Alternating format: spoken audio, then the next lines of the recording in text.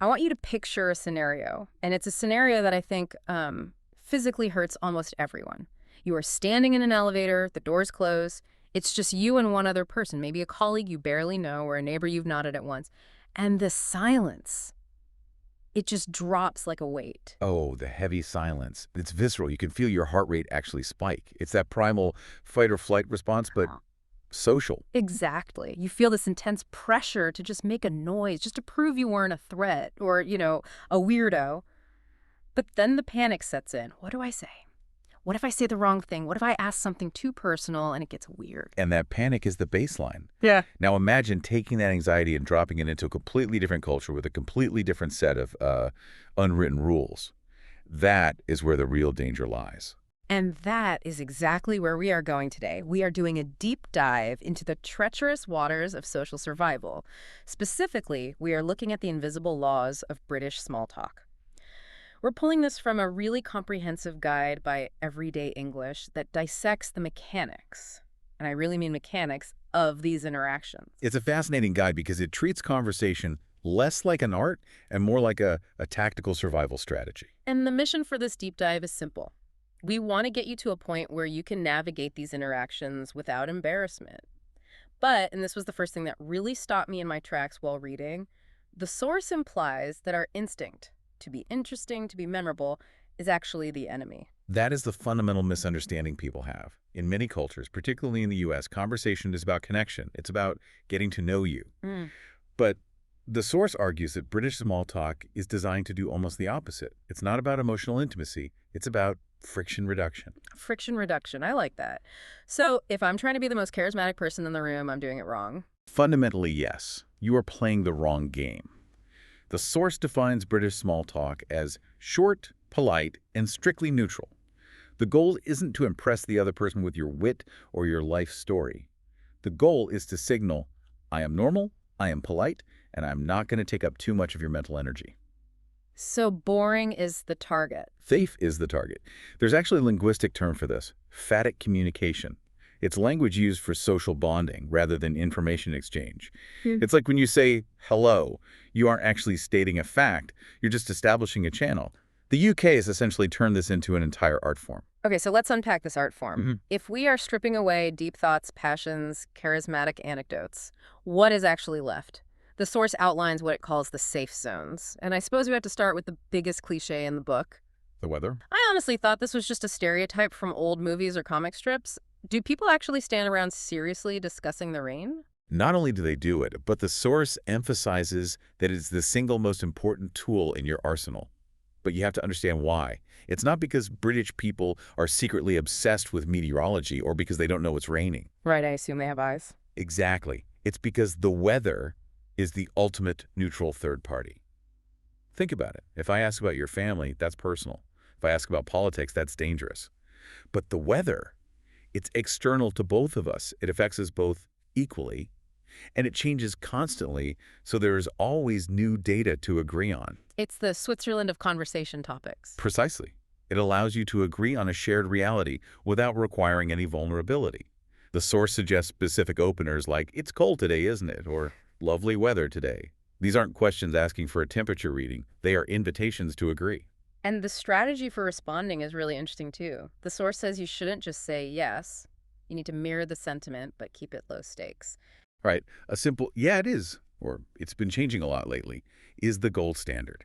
You validate the opener, you contribute a tiny bit of consensus, and you leave it there. You haven't escalated the intimacy, you've just performed the verbal handshake. So let's play this out. If I were to say, yes, it is cold, and it reminds me of the winter I spent in Norway where I went through a terrible breakup, I've ruined it, haven't I? You have absolutely nuked the conversation. You took a safe, external topic and made it internal and heavy.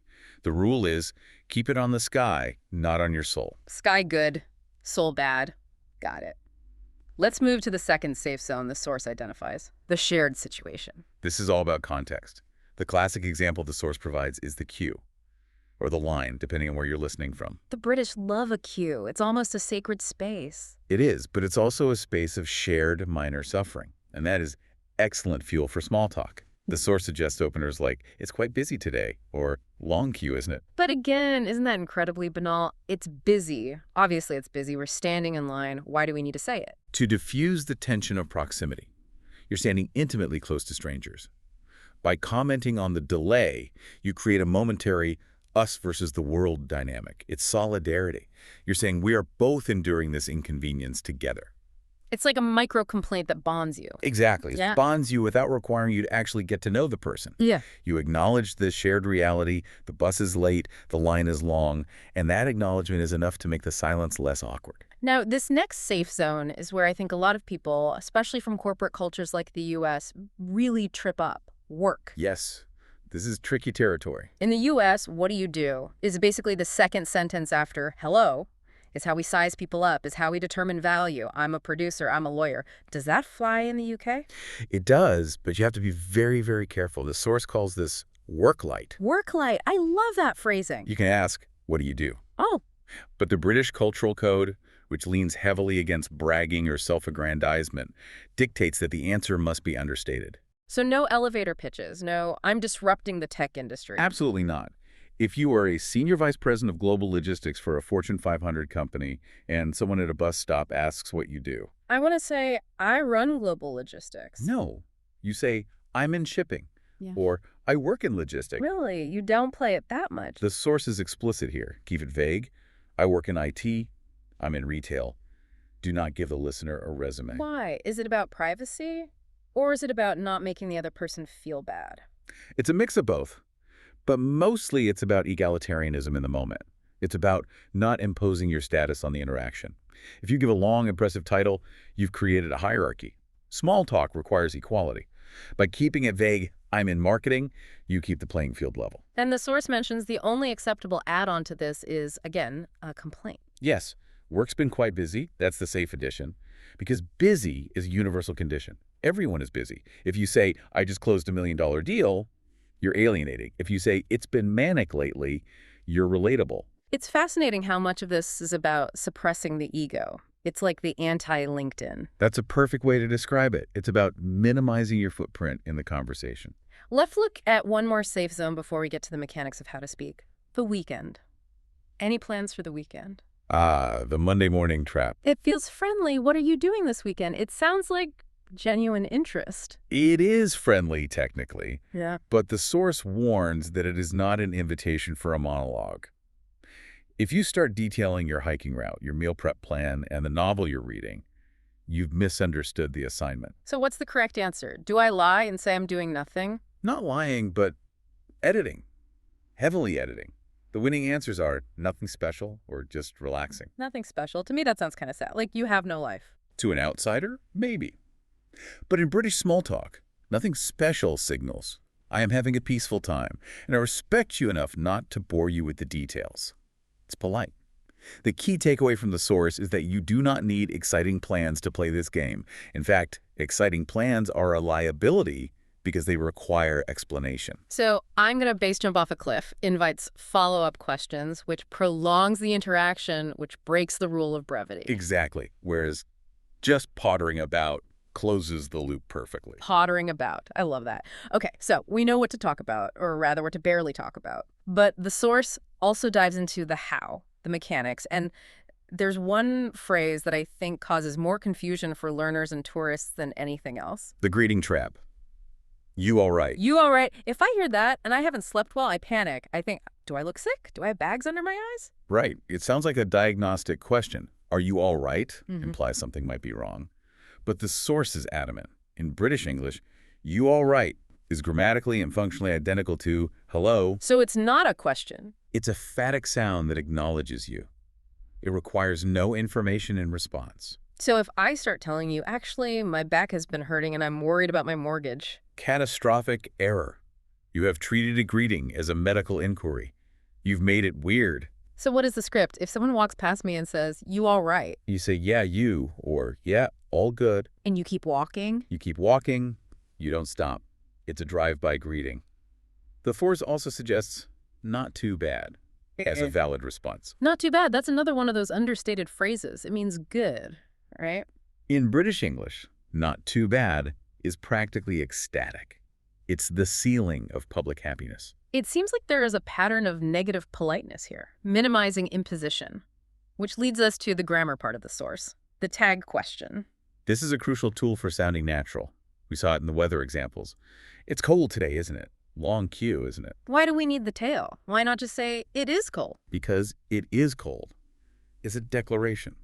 It's a fact. It's a bit abrupt, maybe even aggressive in its certainty. The source explains that the tag question, isn't it, softens the statement. It turns a fact into a request for confirmation. Exactly. It lowers the status of the speaker. It says, I think this is true. Do you agree? It creates a space for the other person to step in. It's collaborative grammar. So if I want to sound polite, I shouldn't just make statements. I should invite agreement. Yes. It sounds friendlier. It removes the sharp edges from the conversation. It implies we are in this together rather than I'm telling you how it is. Okay, we've covered the safe zones and the mechanics. Now we need to put up the yellow police tape around the danger zones. The source is very clear that there are topics that will instantly make things weird. Immediate awkwardness. And the biggest one is money. This is interesting because in some cultures, discussing rent or salary is a competitive sport. Not here. The source lists asking about salary, the cost of items, or rent as strictly do not enter, how much do you earn, is wildly inappropriate. But why? If we're complaining about the cost of living, which everyone does, why can't we talk about numbers? Because specific numbers invite comparison, and comparison invites class anxiety. British society, and the source alludes to this, is still very sensitive to class structure. If I tell you my rent, you instantly know my socioeconomic bracket. That creates friction. Remember, the goal is neutrality.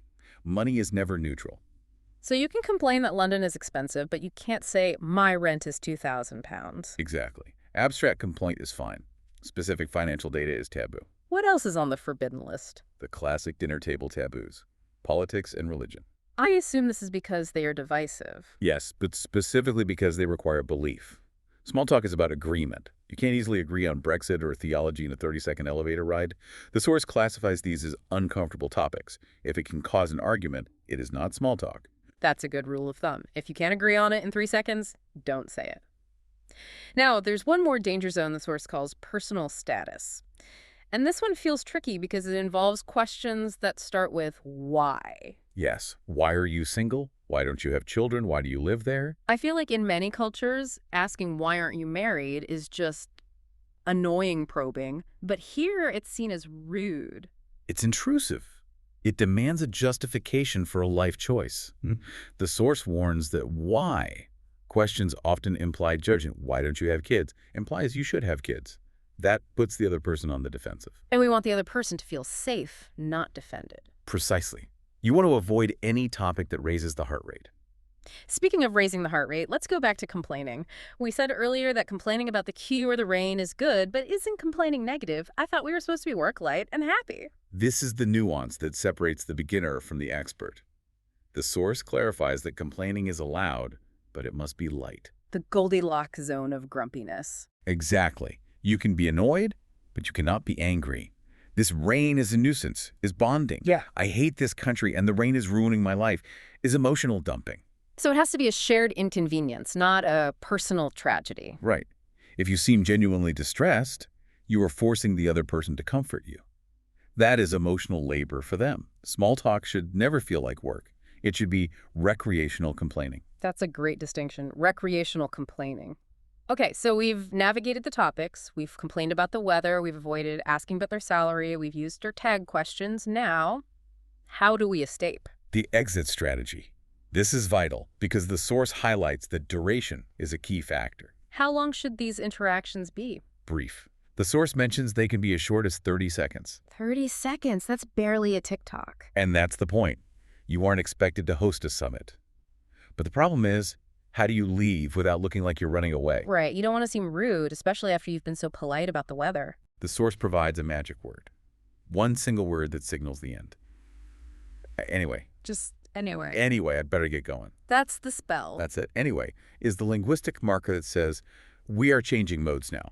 It draws a line under the previous topic. And I'd better get going is the vague, polite excuse. Does it matter where you are going? Not at all. You could be going to stare at a blank wall. It doesn't matter. You are just signaling that the ritual is complete. It's like a verbal period at the end of the sentence. And the force emphasizes that ending the conversation is expected. You aren't rejecting the person. You're just releasing them. Which brings us to the mistakes. What happens when people get this wrong? The source identifies two main failure modes. The first is simply talking too much, violating the brevity rule. Turning "How was your weekend?" into a podcast episode. Exactly. Wow. Oversharing. The second mistake is being too serious, violating the light and easy rule. If you treat the questions as deep philosophical inquiries, you ruin the game. It really does feel like a game, doesn't it? But a game where the only way to win is to not try too hard. That's a great way to put it. It's a game of restraint. It's about signaling, I know the rules and I respect your space. So let's zoom out for a second. We've gone through the Everyday English Guide. We know the rules. Weather is safe. Money is dangerous. You all right means hello, and anyway means goodbye. But why does this matter? If I'm listening to this and I live in Chicago or Tokyo, why should I care about British small talk? Because these norms are bleeding over, especially in international business. If you work with global teams, the British style of communication, understated, polite, distant, is very common in professional settings. So understanding that not too bad means good is actually a business skill. It is, but more than that, I think there is a deeper lesson here about low-maintenance interaction. What do you mean by that? In a professional setting, or even a networking setting, sometimes the best thing you can be is safe. We often think we need to dazzle people to be liked. But this source suggests that sometimes people just want to be around someone who is easy, someone who doesn't demand deep emotional energy. That resonates. If you're the person who treats every "how are you" as a therapy session, you become exhausting to work with. Exactly. By mastering this form of boring small talk, you are essentially telling your colleagues, I am easy to be around. I respect your boundaries. It redefines what connection means. We usually think connection equals depth, but here connection equals comfort. Comfort and predictability. You know, this leaves me with a really provocative thought. We spend so much of our lives, especially on social media, trying to stand out, trying to be the main character. But this guide to British small talk suggests that there is a profound politeness in simply being a background character. It's the gift of boredom. The gift of boredom. Maybe the kindest thing you can do for a stranger in an elevator isn't to entertain them, but to just let them be, with a little polite nod about the rain. I think that's a lesson we could all use, honestly. So here is your challenge for today, listener. Try a tag question. Next time you state a fact, add a little "isn't it?" or "don't they?" at the end. See if it changes the vibe. See if it softens the interaction. And keep it brief. 30 seconds might be all you need. Anyway, you'd better get going. Thanks for listening to this deep dive into the art of British small talk. Thanks for listening. See you next time.